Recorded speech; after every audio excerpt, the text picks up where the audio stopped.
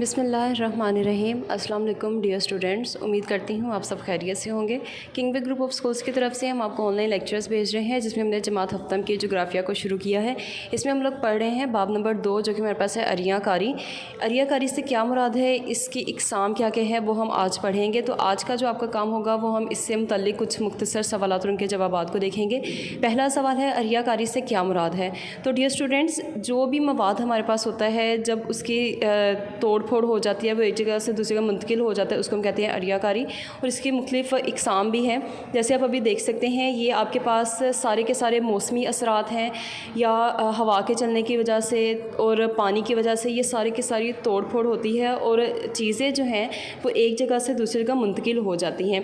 आप अभी ये सारी स्लाइड्स देख सकते हैं, आप नेट से भी इसको सर्च कर सकते हैं। उसके अलावा हमारा जो काम है वो अमले फ़रसूदगी से क्या मुराद है, ये अरियाकारी की एक किस्म है। तो अमले फ़रसूदगी से हमारा चट्टानों का टूट फूट कर छोटे छोटे ज़रात में तब्दील होना, और इस अमल का इन्हिसार ज़्यादातर मौसम पर होता है, सूरज की तपिश पर होता है। ये आपका आज का काम है। Stay home, stay safe.